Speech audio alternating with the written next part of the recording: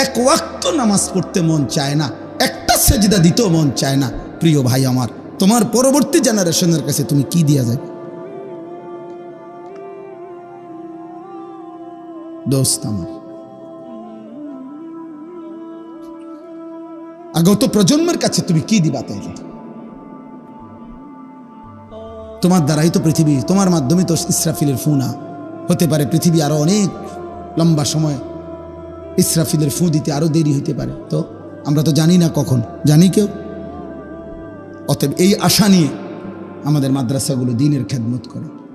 এই ছোট্ট মুসলমানের বাচ্চাকে, 4 বছরের বাচ্চা, 5 বছরের বাচ্চা, 6 বছরের, 7 বছরের বাচ্চাকে আমরা নেই, আমরা ছোট বাচ্চা নেই নিয়া আমরা যেন অভিভাবককে বলি 5 বছরের জন্য, 6 বছরের জন্য বাচ্চাটা আমারে দেন, ইনশাআল্লাহ আপনি দিবেন একটা ছোট বাচ্চা, ঠিক বরাবর 5-7 বছর পরে আমরা আপনাকে দেব একটা হাফেজে কোরআন।